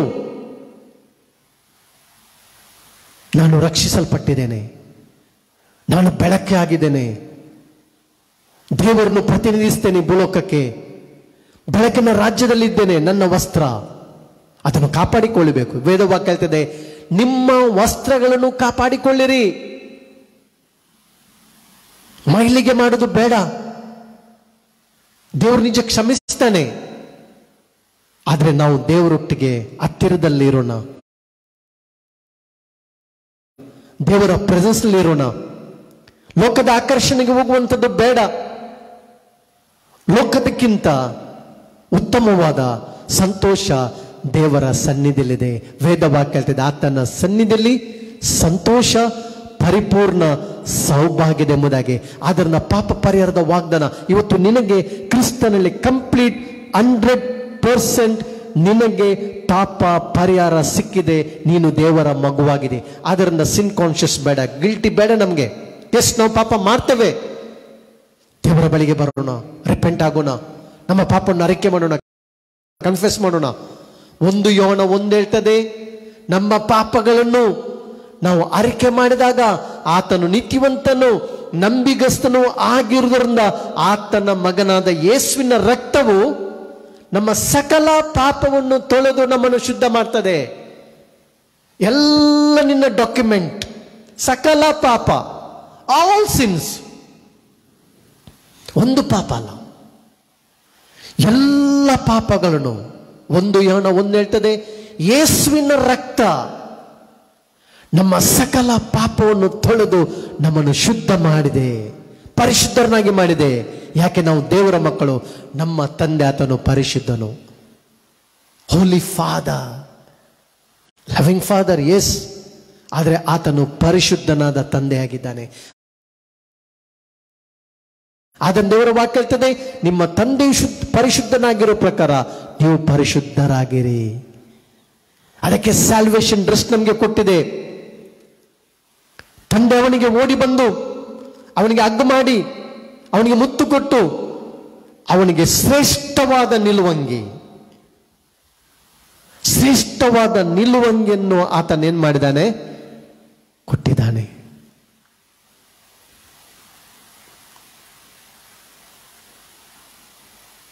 ನೋಡಿ, ಜಕರಿಯ ಪುಸ್ತಕದಲ್ಲಿ ನಾವು ನೋಡುವಾಗ ಒಂದು ವಚನವನ್ನು ಓದಿಕೊಳ್ಳೋಣ. ಜಕರಿಯ 3-4 ವಾಕ್ಯ ಇದಕ್ಕೆ ಕನೆಕ್ಟ್ ಇರುವಂತ ಒಂದು ವಚನ. ಜಕರಿಯ, ಬುಕ್ ಆಫ್ ಜಕರಿಯ ಚಾಪ್ಟರ್ 3 ವರ್ಸ್ 4 ಹೇಳ್ತದೆ, ಯೆಹೋಶುವನು ದೇವದೂತನ ಮುಂದೆ ಕೊಳೆ ಬಟ್ಟೆಯಾಗಿ ನಿಂತಿರಲು. ನೋಡಿ, ಇಲ್ಲಿ ದೇವರ ವಾಕ್ಯ ಇದೆ, ಯೆಹೋಶುವನು ದೇವದೂತನ ಮುಂದೆ ಕೊಳೆ ಬಟ್ಟೆಯಾಗಿ ನಿಂತಿರಲು ದೇವದೂತನು ತನ್ನ ಸೇವಕರಿಗೆ ಇವನ ಕೊಳೆ ಬಟ್ಟೆಗಳನ್ನು ತೆಗೆದು ಬಿಡಿರಿ ಎಂದು ಅಪ್ಪಣೆ ಕೊಟ್ಟನು. ಇಗೋ, ನಿನ್ನ ದೋಷವನ್ನು ನಿನ್ನಿಂದ ತೊಲಗಿಸಿದನೆ, ನಿನಗೆ ಶ್ರೇಷ್ಠ ವಸ್ತ್ರವನ್ನು ತೊಡಿಸುವೆನು. Amen. God is a forgiving father. ಯೆಹೋಶುವನ ಕೊಳೆಯಾದ ಬಟ್ಟೆಯನ್ನು ತೆಗೆದು ಅವನ ದೋಷವನ್ನು ಏನು ಮಾಡಿದಂತೆ? ನಿನ್ನಿಂದ ತೊಲಗಿಸಿ ನಿನಗೆ ಶ್ರೇಷ್ಠ ವಸ್ತ್ರವನ್ನು ತೊಡಿಸುವೆನು. ಇವತ್ತು ದೇವರು ನಮಗೆ ಕೊಟ್ಟಂತ ಶ್ರೇಷ್ಠವಾದ ವಸ್ತ್ರ ಅದು ಗಾರ್ಮೆಂಟ್ ಆಫ್ ಸಾಲ್ವೇಷನ್, ರಕ್ಷಣೆಯ ವಸ್ತ್ರ. ಯೆಹೋಶುವನಿಗೆ ದೇವರು ಹೇಳ್ತಿದ್ದಾನೆ, ನಿನ್ನ ದೋಷವನ್ನು ತೊಲಗಿಸಿದ್ದೇನೆ. ಈಗ ನೋಡಿ, ನಾವು ಯಾರಾಗಿದ್ದೇವೆ? ಪಾಪಿಗಳಲ್ಲ. ನಮ್ಮ ದೋಷವನ್ನು ಆತನು ಏನ್ ಮಾಡಿದ್ದಾನೆ? ತೊಲಗಿಸಿದ್ದಾನೆ. ನಮ್ಮ ಪಾಪವನ್ನು ಆತನು ತನ್ನ ದೇಹದ ಮೇಲೆ ಒತ್ತುಕೊಂಡು ಮರಣದ ಕಂಬವನ್ನು ಆತನು ಏರಿದ್ದಾನೆ. ಆದ್ದರಿಂದ ಇಬ್ರಿಯ ವೇದ ವಾಕ್ಯ ಹೇಳ್ತಾ ಇದೆ, ನೋಡಿ, ಶ್ರೇಷ್ಠವಾದ ವಸ್ತ್ರವನ್ನು ಇವತ್ತು ನಮಗೆ ಕೊಟ್ಟಿದ್ದಾನೆ. ಈ ಶ್ರೇಷ್ಠವಾದ ವಸ್ತ್ರ ಏನನ್ನು ತೋರಿಸ್ತದೆ? ದೇವರು ನಮ್ಮನ್ನು ಅಕ್ಸೆಪ್ಟ್ ಮಾಡಿದ್ದಾನೆ ಮಕ್ಕಳಾಗಿ. ಆಮೇಲೆ ತಂದೆ ತನ್ನ ಮಗನನ್ನು ತಿರುಗಿ ಅಕ್ಸೆಪ್ಟ್ ಮಾಡಿದ. ರಾಜ್ಯ ವಸ್ತ್ರವನ್ನು ಕೊಟ್ಟವನಿಗೆ ಶ್ರೇಷ್ಠವಾದ ವಸ್ತ್ರ ಕೊಟ್ಟು ಅವನು ಹೇಳ್ತಿದ್ದಾನೆ, ನೀನು ನನ್ನ ಮಗನು, for ever you are my son, you are my daughter, I love you my son. His father saw him. His father had compassion on him. His father dressed him. ಯಾವ ಡ್ರೆಸ್? ಶ್ರೇಷ್ಠವಾದ ವಸ್ತ್ರ, ರಕ್ಷಣೆ ವಸ್ತ್ರ. ಇದು ನಿನ್ನೆಲ್ಲ ಪಾಪಗಳನ್ನು ಮುಚ್ಚಿದೆ. ಪ್ರೀತಿಯು ಬಹು ಪಾಪಗಳನ್ನು ಮುಚ್ಚುತ್ತದೆ. ಕ್ರಿಸ್ತನ ಪ್ರೀತಿಯನ್ನು ತಿಳಿದ್ರೆ ಆತ ನಿನಗೆ ಬ್ಲಡ್ ಕೊಟ್ಟು ಆತನ ರಕ್ತವನ್ನು ಸುರಿಸಿ ಆ ರಕ್ತದ ಮೂಲಕ ನಿನ್ನ ಪಾಪವನ್ನು ಕ್ಷಮಿಸಿ ಆತನ ಡ್ರೆಸ್ ಅನ್ನು ನಿನಗೆ ಕೊಟ್ಟಿದ್ದಾನೆ, ರಕ್ಷಣೆಯ ವಸ್ತ್ರವನ್ನು. ಅದಕ್ಕೆ ಇಬ್ರಿಯ 10:17 ವಚನ ಹೇಳ್ತದೆ, ಓದಿಕೊಳ್ಳೋಣ. ಇಬ್ರು 10:17 ಹೇಳ್ತದೆ, ದೇವರ ವಾಗ್ದಾನ, God is a forgiving father. God is a forgiving father. 17ನೇ ವಚನ ಹೇಳ್ತದೆ, ಇಬ್ರಿಯ 10:17 ವಚನ ಹೇಳ್ತದೆ, ಅವರ ಪಾಪಗಳನ್ನು ಅವರ ದುಷ್ಕೃತ್ಯಗಳನ್ನು ನನ್ನ ನೆನಪಿಗೆ ಎಂದಿಗೂ ತರುವುದಿಲ್ಲ ಎಂದು ಹೇಳುತ್ತಾನೆ. ಪಾಪಗಳು ಪರಿಹಾರವಾದಲ್ಲಿ ಇನ್ನು ಅವುಗಳ ವಿಷಯದಲ್ಲಿ ಸಮರ್ಪಣೆ ಮಾಡುವ ಅವಶ್ಯಕತೆ ಇಲ್ಲ. ಯೇಸು ಸಮರ್ಪಣೆ ಮಾಡಿದನು, ಪಾಪಕ್ಕಾಗಿ ಯಜ್ಞ ಅರ್ಪಿಸಿದ್ದಾನೆ.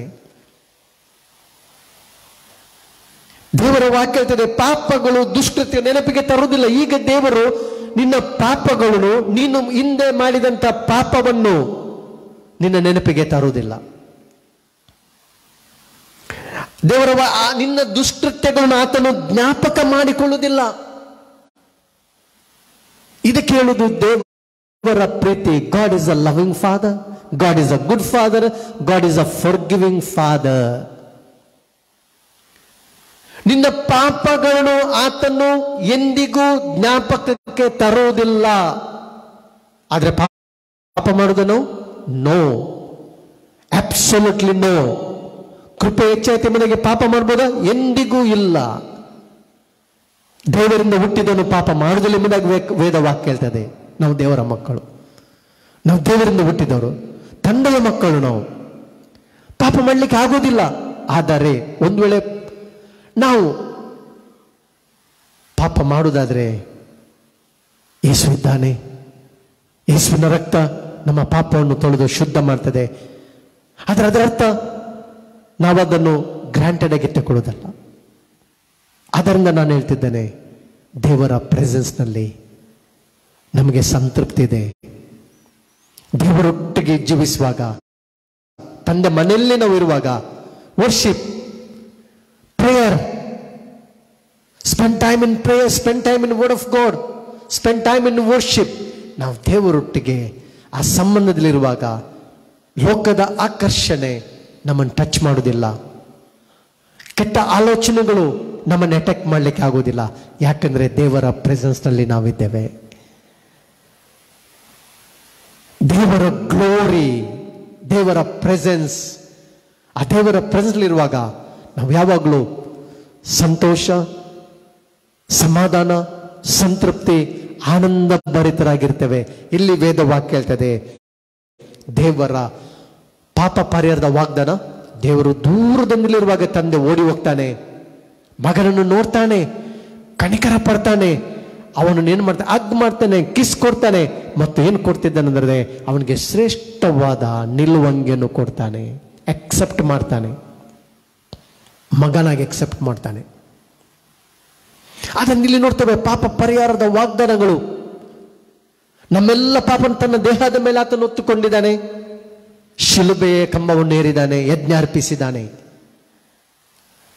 ಅನೇಕ ಸಲ ನಾವು ಆಲೋಚನೆ ಮಾಡ್ತೇವೆ, ಸೈತಾನನಿಂದ ನಮಗೆ ಒಂದು ಸಿನ್ ಕಾನ್ಶಿಯಸ್ ತರ್ತಾನೆ. ನಾವು ಪಾಪ ಮಾಡಿದ ನಂತರ ದೇವರಿಂದ ದೂರವಾದೇವ? ನೋ, ನಾವು ದೇವರ ಮಕ್ಕಳು. 1 ಪೇತ್ರ 2 ಪೇತ್ರ 1:9 ನೋಡುವುದಾದ್ರೆ, 2 ಪೇತ್ರ 1:9 ವಚನ, ಇದೆಲ್ಲ ಪಾಪ ಪರಿಹಾರದ ವಾಗ್ದಾನಗಳು. 2 ಪೇತ್ರ 2ನೇ ಪೇತ್ರನು ಬರೆದ ಪತ್ರಿಕೆ 1ನೇ ಅಧ್ಯಾಯದ ವಚನ 9 ಹೇಳ್ತದೆ, ಕುರುಡನಾಗಿದ್ದಾನೆ, ಅವನ ದೂರದೃಷ್ಟಿ ಇಲ್ಲದವನಾಗಿದ್ದು ತನ್ನ ಇಂಧನ ಪಾಪಗಳು ಪರಿಹಾರವಾಗಿ ತಾನು ಶುದ್ಧನಾದದನ್ನು ಮರೆತು ಬಿಟ್ಟಿದ್ದಾನೆ. ನಮ್ಮ ಇಂಧನ ಪಾಪಗಳು ಪರಿಹಾರವಾಗಿ ನಾವು ಶುದ್ಧರಾಗಿದ್ದನ್ನು ಮರೆಯಬಾರದು.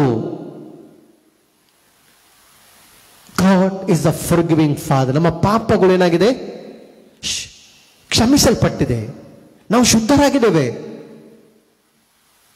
ನಾವು ಆತನ ಮಕ್ಕಳಾಗಿದ್ದೇವೆ. ಆತನು ಪರಿಶುದ್ಧನು, ಆದ್ದರಿಂದ ನಮ್ಮನ್ನು ಆತನು ಪರಿಶುದ್ಧನಾಗಿ ಮಾಡಿ. ಇದನ್ನು ನಾವು ಮರೆಯಬಾರದು.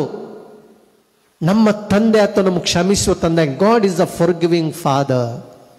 ಆದರೆ ಇವತ್ತು ಈ ಒಂದು ಕಿರಿಯ ಮಗನಿಗೆ ಒಂದು ವೇಳೆ ನಾನು ಮನೆ ಬಿಟ್ಟು ದೂರದ ಅನುಭವ ಇರುವುದಾದ್ರೆ, ತಂದೆ ಬಳಿಗೆ ಬರೋಣ. ಆತನು ಕ್ಷಮಿಸ್ತಾನೆ, ಎಸ್ಟಾಬ್ಲಿಷ್ ಮಾಡ್ತಾನೆ, ರೆಸ್ಟೋರ್ ಮಾಡ್ತಾನೆ.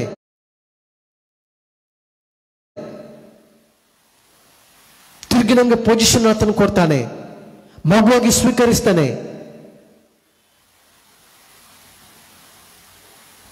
ಮೀಕ ಪ್ರವಾದನೆ ಗ್ರಂಥದಲ್ಲಿ ನಾವು ನೋಡೋದಾದ್ರೆ, ಮೀಕ 7:19 ವಚನ ಓದ್ಕೊಳ್ಳೋಣ. ಮೀಕ 7:19 ಮೀಕ 7:19 ದೇವರ ವಾಕ್ಯ ಹೇಳ್ತದೆ. ಮೀಕ 7:19 ನಾವು ಓದುವುದಾದ್ರೆ ದೇವರ ವಾಕ್ಯ ಹೇಳ್ತದೆ. 7:19 ವಚನ, 7:19 ಆತನು ನಮ್ಮ ಕಡೆಗೆ ತಿರುಗಿಕೊಂಡು ನಮ್ಮನ್ನು ಕನಿಕರಿಸುವನು, ನಮ್ಮ ಅಪರಾಧಗಳನ್ನು ಅಣಗಿಸುವನು. ನಿನ್ನ ಜನರ ಪಾಪಗಳನ್ನೆಲ್ಲ ಸಮುದ್ರದ ತಳಕ್ಕೆ ಬಿಸಾಟು ಬಿಡುವೆ.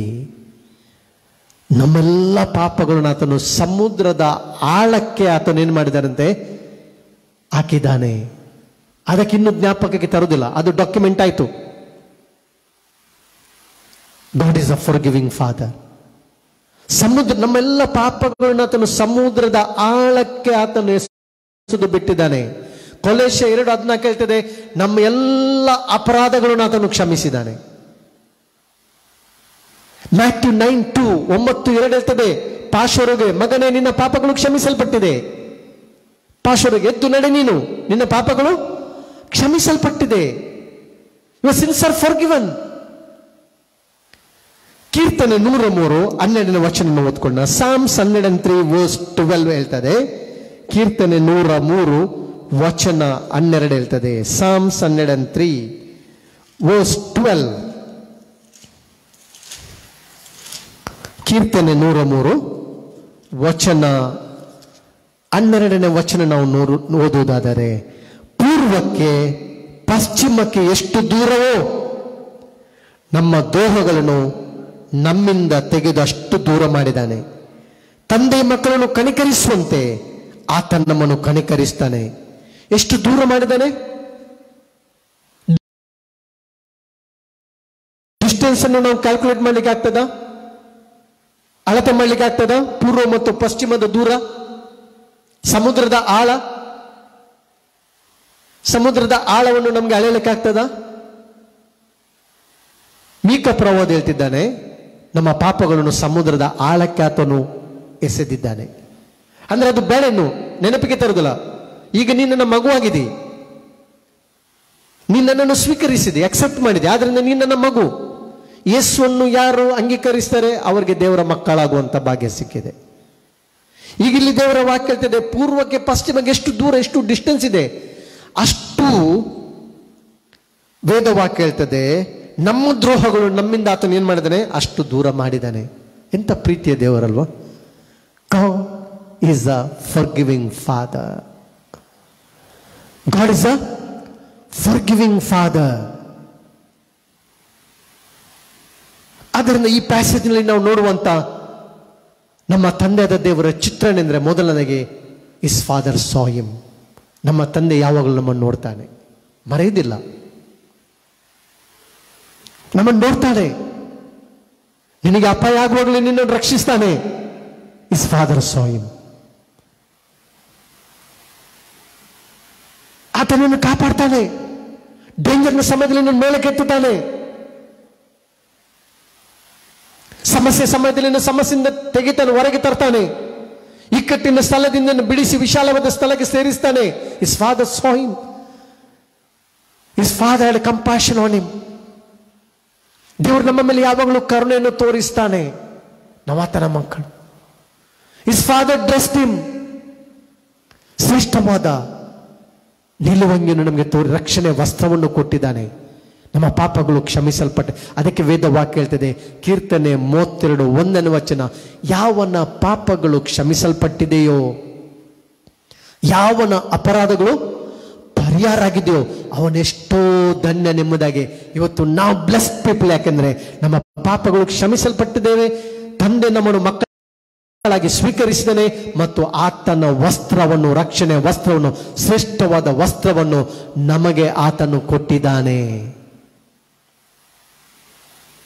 ನಂತರ ವೇದವಾಕ್ಯ ಹೇಳ್ತದೆ, ಆತನು ತನ್ನ ಮಗನಿಗೆ, his father put ring on his finger, on his hand. Ring ಅನ್ನು ಹಾಕಿದ, ಅವನ ಕೈಗೆ ರಿಂಗ್ ಹಾಕಿದ. ರಿಂಗ್ ಏನನ್ನು ತೋರಿಸ್ತದೆ? ಒಂದು ರೀತಿಯ ಕವನೆಂಟು, ಒಡಂಬಡಿಕೆ. ಮದುವೆ ಸಮಯದಲ್ಲಿ ನಾವು ನೋಡ್ತಿದ್ದೇವೆ,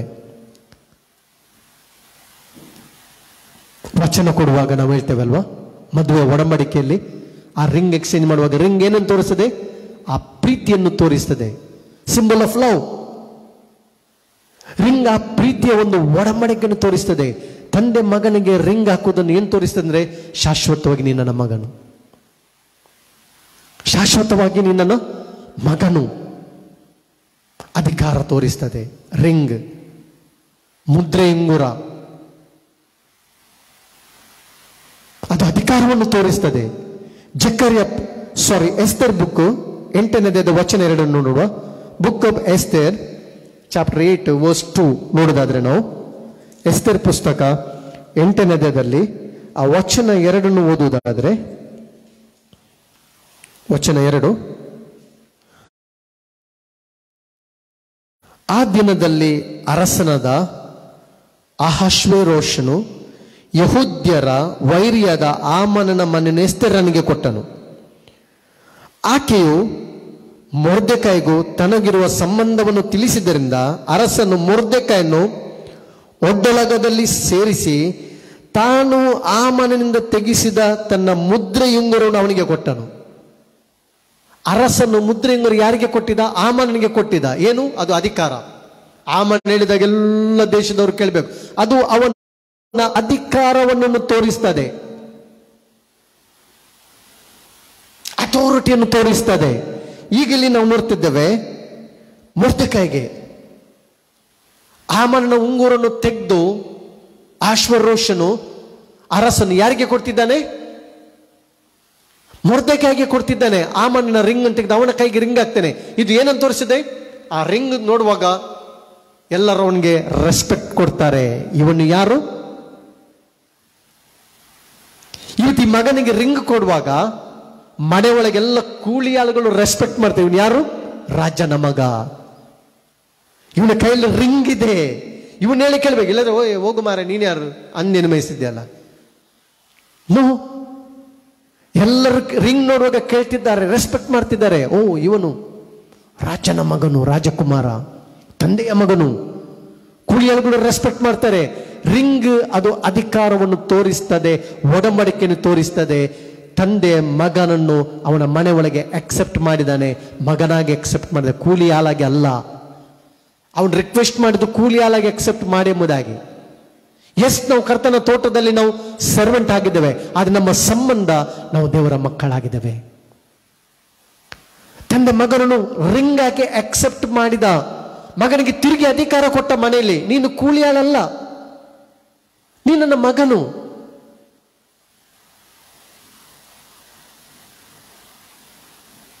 ಇವತ್ತು ಕರ್ತನ ನಮಗೆ ರಕ್ಷಣೆ ವಸ್ತ್ರವನ್ನು ಕೊಟ್ಟದ್ದು ಮಾತ್ರ ಅಲ್ಲ, ನಮ್ಮ ಮೇಲೆ ಪವಿತ್ರಾತ್ಮನ ಮುದ್ರೆನ ಹಾಕಿದ್ದಾನೆ. ಆಮೇಲೆ ಪವಿತ್ರಾತ್ಮನ ರಿಂಗ್ ಅನ್ನು, ಸೀಲ್ ನಮ್ಮ ಮೇಲೆ ಹಾಕಿದ್ದಾನೆ. ಯಾರೆಂಬುದಾಗಿ? ನಾವು ಮಕ್ಕಳೆಂಬುದಾಗಿ ತೋರಿಸ್ತಕ್ಕ ಸೀಲ್ ಹಾಕಿದ್ದಾನೆ.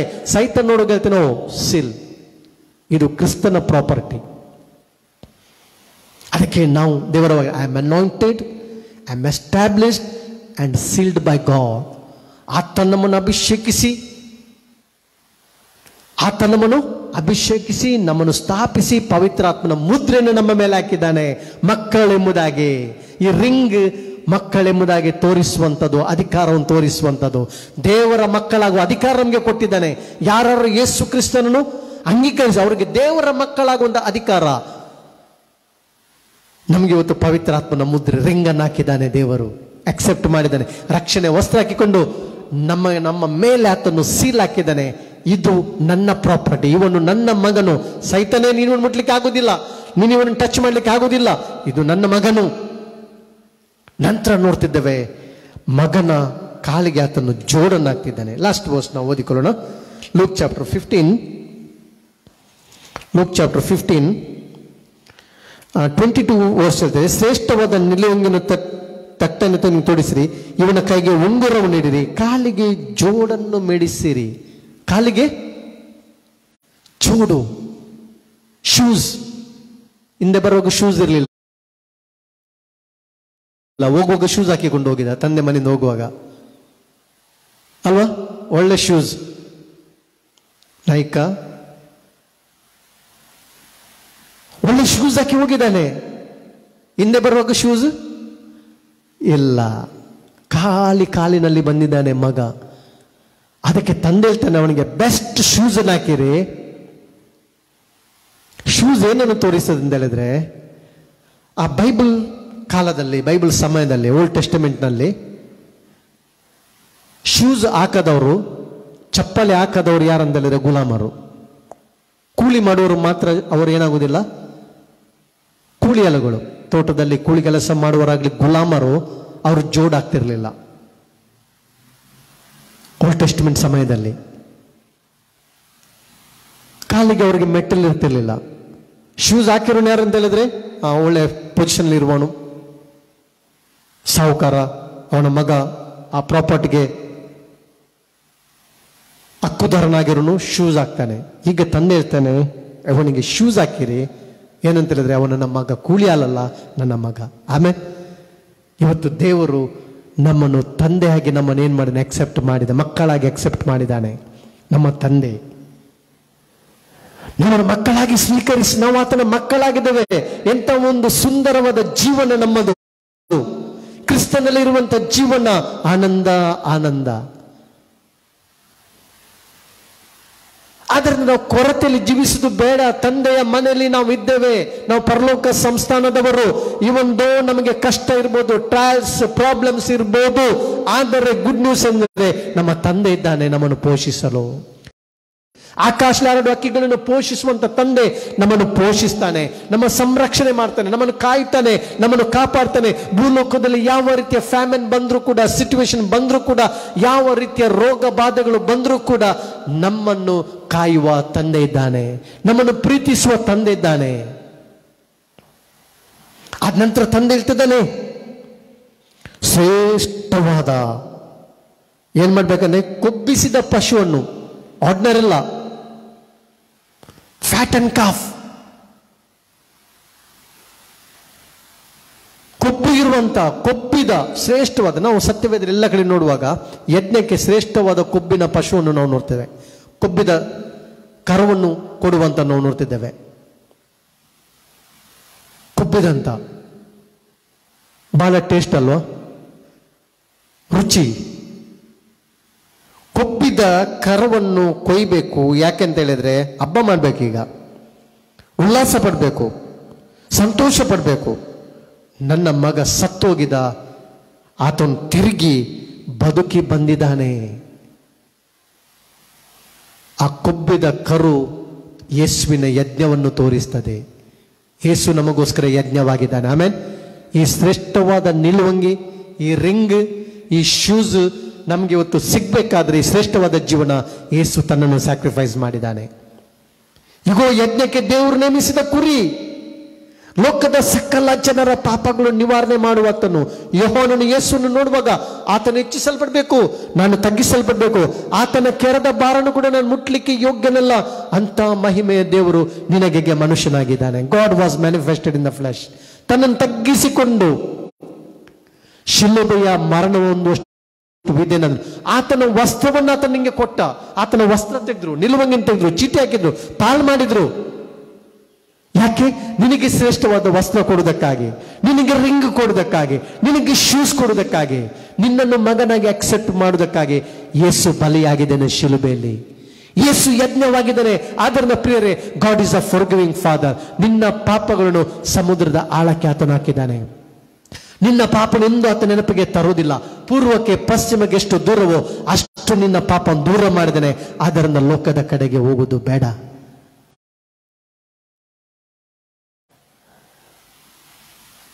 ದೇವರ ಪ್ರೆಸೆನ್ಸ್ ನಲ್ಲಿ ಉಲ್ಲಾಸ, ಸೆಲೆಬ್ರೇಷನ್, ಸಂಭ್ರಮ. Taste and sea that the lord is good. ದೇವರ ವಾಕ್ಯ ಹೇಳ್ತದೆ, ಹಬ್ಬ ಮಾಡೋಣ. ಏನೊಬ್ಬ ಮಾಡೋಣ? ಸಂಭ್ರಮ ಮಾಡೋಣ, ಉಲ್ಲಾಸ ಪಡೋಣ.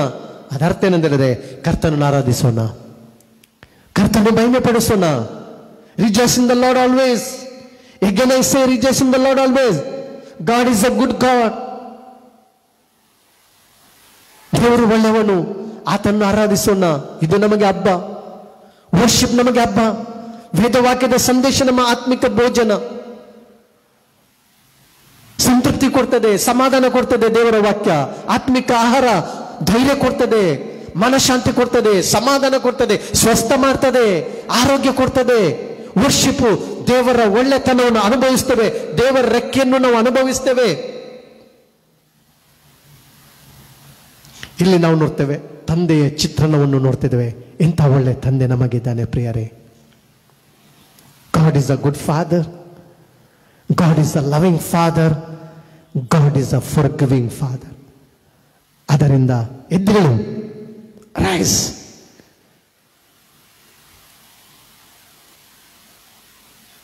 ಆತ ನಿನ್ನನ್ನು ಕಾಯ್ತಿದ್ದಾನೆ. ನನ್ನ ಮಗನು ಬಂದು ನನ್ನನ್ನು ವರ್ಷಿಪ್ ಮಾಡ್ತಾನೆ, ಪ್ರಾರ್ಥಿಸ್ತಾನೆ, ನನ್ನ ಮಧುರ ವಚನಗಳನ್ನು ಕೇಳ್ತಾನೆ ಎಂಬುದಾಗಿ ಆತನು ಬಯಸ್ತಾನೆ. ಅದರಿಂದ ಎದ್ದೋಣ. ದೂರದ ಅನುಭವ ಬೇಡ, ದೇವರ ಸಮೀಪಕ್ಕೆ ಬರೋಣ. ದೇವರ ಸಮೀಪದಲ್ಲಿ ಜೀವಿಸೋಣ, ಆತನ ಜೊತೆಗೆ ಜೀವಿಸೋಣ, ಆತನೊಂದಿಗೆ ಜೀವಿಸೋಣ, ಆತನ ಹಗ್ ಮಾಡೋಣ, ಆತನನ್ನು ಕಿಸ್ ಮಾಡೋಣ, ಆತನನ್ನು ಮಹಿಮೆ ಪಡಿಸೋಣ, ಆತನ ಒಳ್ಳೆತನವನ್ನು ಎಕ್ಸ್ಪೀರಿಯನ್ಸ್ ಮಾಡಿ ಒಳ್ಳೆ ಜೀವನ ಜೀವಿಸೋಣ. ಚಿಂತೆ no, stress no, struggle no. ಸಂತೋಷ, ಸುಖವಾಗಿ, ಸಮಾಧಾನದಲ್ಲಿ ಜೀವಿಸೋಣ. ದೇವರು ಒಳ್ಳೆಯವನಾಗಿದ್ದಾನೆ. ಪ್ರಾರ್ಥನೆ ಮಾಡೋಣ. ಪ್ರೀತಿಯುಳ್ಳ ಪರಲೋಕದಲ್ಲಿರುವ ತಂದೆಯಾದ ದೇವರೇ, ನೀನು ಒಳ್ಳೆಯ ತಂದೆ, ನೀನು ಪ್ರೀತಿಸುವ ತಂದೆ, ನೀನು ಕ್ಷಮಿಸುವ ತಂದೆ ಆಗಿರುವುದಕ್ಕಾಗಿ ಸ್ತೋತ್ರ. ಈ ಸಮಯದಲ್ಲಿ ಪ್ರಿಯ ವೀಕ್ಷಕರಿಗಾಗಿ ಪ್ರಾರ್ಥಿಸ್ತೇನೆ. ನೊಂದಿರುವುದಾದರೆ, ನೋವಿನಲ್ಲಿರುವುದಾದರೆ, ಕಳವಳದಲ್ಲಿರುವುದಾದರೆ, ಚಿಂತೆಯಲ್ಲಿರುವುದಾದರೆ, ನಿನ್ನ ದೈವಿಕ ಸಮಾಧಾನವನ್ನು ಮಾತಾಡ್ತೇನೆ. ಈ ಚಿಂತೆ, ವೇದನೆ, ದುಃಖದಿಂದ, ಸ್ಟ್ರೆಸ್ನಿಂದ ಅವ್ರನ್ನು ಬಿಡಿಸಿದ್ದಕ್ಕಾಗಿ ಸ್ತೋತ್ರ. ಒಳ್ಳೆ ಜೀವನವನ್ನು ಮಾತಾಡ್ತೇನೆ. ಶುಭವು, ಕೃಪೆಯು ಅವರನ್ನು ಹಿಂಬಾಲಿಸಲಿ.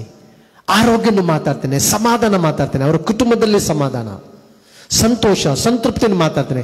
ಮಕ್ಕಳನ್ನು ಬ್ಲೆಸ್ ಮಾಡು, ಮಕ್ಕಳ ಜೀವನವನ್ನು ಬ್ಲೆಸ್ ಮಾಡು. ಮಕ್ಕಳು ಆತ್ಮಿಕ ವಾತಾವರಣದಲ್ಲಿ ಬೆಳೆಯಲಿ, ನಿನ್ನ ಪ್ರಸನ್ನತೆ, ರುಚಿಯನ್ನು ಅನುಭವಿಸಲಿ. ಆರೋಗ್ಯವನ್ನು, ಶಿಕ್ಷಣವನ್ನು ಆಶೀರ್ವದಿಸಿ, ಸಮೃದ್ಧಿಯನ್ನು ದಯಪಾಲಿಸಿ ಎಂಬುದಾಗಿ ಬೇಡಿಕೊಳ್ತೇನೆ. ಎಲ್ಲ ಬಾಂಡೇಜ್ ಅನ್ನು ಯೇಸುವಿನ ನಾಮದಲ್ಲಿ ಮುರಿತೇನೆ. Spirit of depression, I bind it in the name of Jesus. Spirit of worry, I bind it in the name of Jesus. I speak peace in the name of Jesus. I speak healing in the name of Jesus. I speak joy in the name of Jesus. I speak hope. I speak life in the name of Jesus. I speak miracle in the name of Jesus. Receive your miracle. Receive your peace in the name of Jesus. Thank you, Holy Spirit. Thank you, Holy Spirit. Thank you, Holy Spirit. Thank you, Holy Spirit. Thank you, Father. ನಿಮ್ಮ ದುಃಖ ಹೋಗಿ ನಿಮಗೆ ಆನಂದ ಬರ್ತದೆ. ನೀನು ಇವತ್ತು ದುಃಖದಲ್ಲಿ ಇರುವುದಾದ್ರೆ, ಯೇಸು ನಿನ್ನ ಜೀವನವನ್ನು ಬದಲಾಯಿಸ್ತಾನೆ, ನಿನ್ನ ಜೀವನವನ್ನು ಪರಿವರ್ತನೆಗೊಳಿಸ್ತಾನೆ. ನಿಮ್ಮ ದುಃಖ ಹೋಗಿ ನಿಮಗೆ ಆನಂದ ಬರ್ತದೆ, ನಿಮ್ಮ ಸೋಲು ಹೋಗಿ ನಿಮಗೆ ಜಯ ಬರ್ತದೆ, ನಿಮ್ಮ ಮಾರ ಹೋಗಿ ನಿಮಗೆ ಸಿಹಿ ಅನುಭವ ಆಗ್ತದೆ, ನಿಮ್ಮ ಕತ್ತಲು ಹೋಗಿ ನಿಮಗೆ ಬೆಳಕು ಬರ್ತದೆ. I speak light in the name of Jesus. ಇಲ್ಲ ಬಿಟರ್ನೆಸ್ ಚೇಂಜ್ ಆಗ್ತದೆ, ಸೋಲುಗಳು ಜಯವಾಗಿ ಮಾರ್ಪಡ್ತದೆ. ಯೇಸು ಜಯವನ್ನು ಕೊಟ್ಟಿದ್ದಾನೆ ಶಿಲುಬೆಯಲ್ಲಿ. ಯೇಸು ರಿಸರೆಕ್ಷನ್ ಹಾಕಿದ್ದಾನೆ. ಯೇಸು ನಿನ್ನನ್ನು ಬ್ಲೆಸ್ ಮಾಡ್ತಾನೆ, ನಿನಗೆ ಸಮಾಧಾನ ಕೊಡ್ತಾನೆ, ಪ್ರೊಟೆಕ್ಷನ್ ಕೊಡ್ತಾನೆ, ಆರೋಗ್ಯ ಕೊಡ್ತಾನೆ. Thank you Jesus. Thank you for the grace and mercy.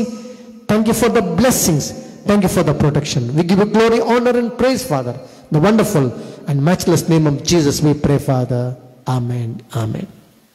God is good all the time, and all the time God is good.